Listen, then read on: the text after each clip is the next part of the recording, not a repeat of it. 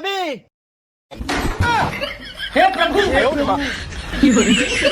ভাবি আমি কিছু দেখিনি, কিছু মনে করো না। আপনার খুব স্বভাব খারাপ জানেন। এর আগে আপনাকে বলেছি আমাদের পায়খানা বাথরুম নাই, বাড়িতে আসার সময় একটু দরজা লক দিন, আর পরের বাড়িতে আসলে দরজা লক দিতে আপনি জানেন না। কি ব্যাপার ফুলছুরা, এত চিল্লাছো কেন? কি হয়েছে চিল্লাচ্ছে কেন? সোজা হয়ে পায়খানা বাথরুম করো। ওই দেখো বাড়িতে হঠাৎ করে ঢুকছে আর পাছা দেখছে।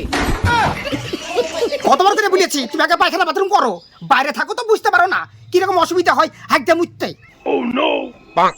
সোজা হয়ে পায়খানা বাথরুম করো, নাহলে দুধের ব্যবসা বন্ধ করে দিয়ে বাপের বাড়ি চলে যাবে বেটাকে নিয়ে।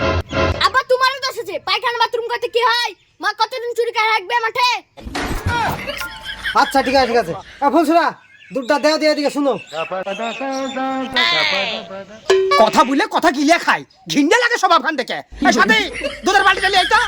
ঠিক আছে মানছি। কই আসো দুধ খান নিয়ে যাও, উজ্জ্বল কোথায় দাঁড়িয়ে দাঁড়িয়ে বাড়িতে থাকলে ঘিন্ডে লাগে আমাকে। সাথে যা তো হিসাবের খাতা নিয়ে গা। ঠিক আছে মা। এদিকে আসেন। ভাবি আপনি রাগ করছেন তো, আপনার আমি কিছু দেখিনি। কিছু দেখেনি ঠিক আছে, পরের বাড়িতে আসলে একটু গলা খাগারি দিতে হয়, নখ দিতে হয়, এই জ্ঞানটুকু আপনাদের নাই। ভাবি কেরালা থেকে ভাই কবে এলো?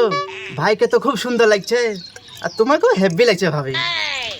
ওই এক সপ্তাহ হলো আসা, আর ভালো লাগা এক সপ্তাহ পর এসে দেখবা তোমার ভাই শিক্ষা চামচি হয়ে গেছে, আর আমাকে ভালো লাগবে না। এই যে কানে চেন বলা দেখছো না, তোমার ভাই যে এসেছে বিদেশ থেকে। ভাবি চেন গেলাম পরে না, তোমাকে খুব সুন্দর লাগছে। ওই সুন্দর লাগা ওখানে থাও, পর বেশি আগায়ও না। একটু যাও তো সুন্দরীকে বলো গাতো তাড়াতাড়ি দুধ ধরলে এতে, আমার বা স্বামী এসেছে, এখন বসে গল্প করার টাইম নাই। ঠিক আছে ভাবি যাচ্ছি। হ্যাঁ তাড়াতাড়ি যাও, একটু বলবা।